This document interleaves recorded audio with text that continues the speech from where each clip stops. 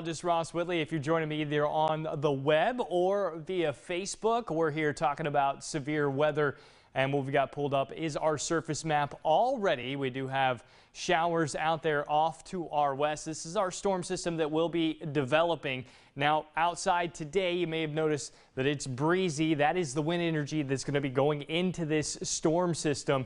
And again, it is going to be developing over the next 24 hours. So what's going on? Well, high pressure behind that cold front, this trough digging into the central part of the U.S., and that's going to allow for surface low to develop in the Arklatex region and eventually moving up toward the Great Lakes. We're also going to have a couple little impulses develop on that front throughout the southeast, and that's what's going to spur the potential for severe weather across our area as well. And again, if you're just joining us either on the web or through Facebook, welcome. We're talking about the potential for severe weather on Saturday. So not for tomorrow, but for Saturday. We're out ahead of this thing. We're going to be trying to inform you, give you the best information we possibly can for that potential. And as we look at Saturday's outlook here, the yellow representing a slight risk. So that corresponds to a 15% chance of severe weather within 25 miles of any given location. The orange that you see here, that's an enhanced risk.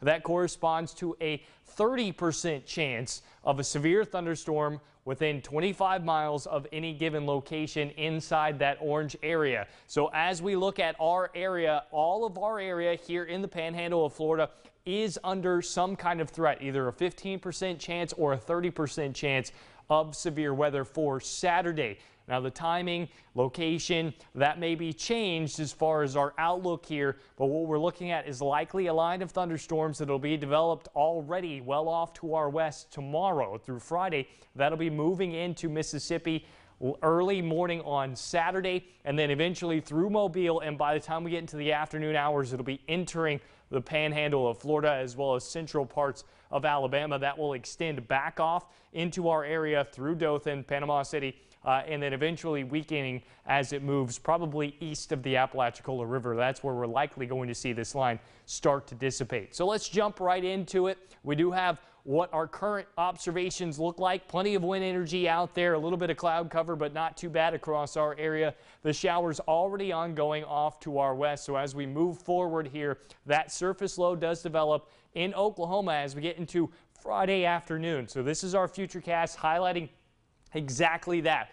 By 3 o'clock in the afternoon on Friday, our surface low starts to develop well off to our west and storms start to break out. Shouldn't see anything severe until probably after 5, 6 o'clock, at least in Oklahoma and Texas, where those storms do break out. I have highlighted in red here where that severe weather is most likely. So by 7 a.m., that surface low is really cranked on up, and right along the Mississippi River, that's where the highest risk for severe weather will be by 7 a.m. on Saturday. And you notice this is a dynamic system even on the backside, talking about snow through Oklahoma City after just 24 hours earlier, talking about thunderstorms there. This will continue to progress closer to our area by 1 p.m. on Saturday. Notice it's still not in the Panhandle, still fairly well off to our west. Some showers and storms may be breaking out in front of that line of convection, which could too also be severe. So we'll be keeping an eye on that as well. But as we get a little bit closer to our area by 6 o'clock, it looks like that line of convection is going to be in the Pensacola area, getting ready to move into Walton and Okaloosa counties. And then from that point forward is when this cold front is going to start to catch up to our convection. What that does is it undercuts the convection and allows that convection to start to die. So that is good news for us, at least the way it looks now. There's still plenty of dynamics for the threat of wind gusts up to 60 miles per hour, as well as isolated tornadoes in that line of convection. That convection moves on through, and then as we get into Monday, yes, even Tuesday, Wednesday, and Thursday of next week, we're still going to be talking about showers before we finally clear this on out with a much welcomed cold front that'll be digging into the central part of the country and finally clearing on us on out. So let's take a little more detailed look at the timeline, at least here locally, with these showers and thunderstorms as they develop over the next 24 to 48 hours and move into our area. So as we get into Friday afternoon, here's our line of convection. Some very strong storms as well. Those will start to move in. And what I have highlighted here where you see these tracks, that's tracks of rotation. So that's indicating the potential that one of these storms, at least by our FUTURECAST representation, will be rotating, and that's what we're concerned about, is that these storms will be producing very gusty winds, possibly higher than 60 miles per hour as they move from Mobile into Pensacola into the western part of the panhandle here, and even potentially having some quick spin-ups in that line as well, producing isolated tornadoes. But for us, specifically across the panhandle of Florida, wind gusts are going to be our biggest threat, and a very brief isolated tornado. So as we get to 3 o'clock, that's when that line enters the panhandle. By 5, 6 o'clock, moving through Walton and Okaloosa counties, and notice those rotation tracks even showing up there. So it is possible that we're talking about an isolated tornado or two on this line. And where could that happen? Well, it can happen on the book end of this convection. So where you see that convection rotating back, you can get spin-ups on the backside of storms. You can also get spin-ups right along these kinks in this line. That's wind that will be pushed into the line and then rotating around, as well as the backing of that cold front. So by 10 o'clock on Saturday, that's when our FUTURECAST is estimating the front, or at least the passage of this line, will be moving through Bay County as well as Jackson County. And then from that point forward, you notice you start to see these breaks. So as we get to 11 o'clock on Saturday, it's very possible that this line really starts to dissipate as the front starts to stall out. So as it stalls out across the area, probably talking about just rain showers continuing, but the severe weather threat post, let's say 11, 12 o'clock on Saturday, will be over. How about our threats for our immediate area? Well, wind is the highest threat. There is a low risk for tornadoes.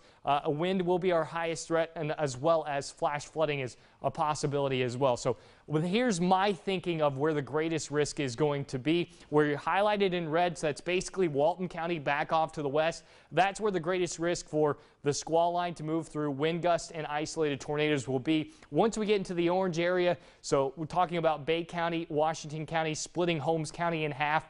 That's when the line is going to start to weaken. And by the time we get to the Apalachicola River with this line, I think the risk is really pretty much done. So by the time we go into Liberty and Franklin County, your risk is much, much lower. There's still an isolated risk that a storm on that line will still be severe, but I think the greatest risk for severe weather is going to be western parts of Bay County, western parts of Washington County, western parts of Holmes County, then back off to the west. So all of Walton County, all of Okaloosa, all of Santa Rosa, and Escambia back off to the west toward Mobile. That's where the greatest risk of severe weather is going to be. If you live in Bay County and places back off to the east, Calhoun County, Gulf County, and even most of Jackson County, you still want to be able to get alerts. You still want to know what's going on and be weather aware, especially as we go through Saturday afternoon into Saturday evening. And judging by our FUTURECAST here, say 9, 10, 11 o'clock on Saturday, that's when that line of convection will be rolling on through, and the potential of severe weather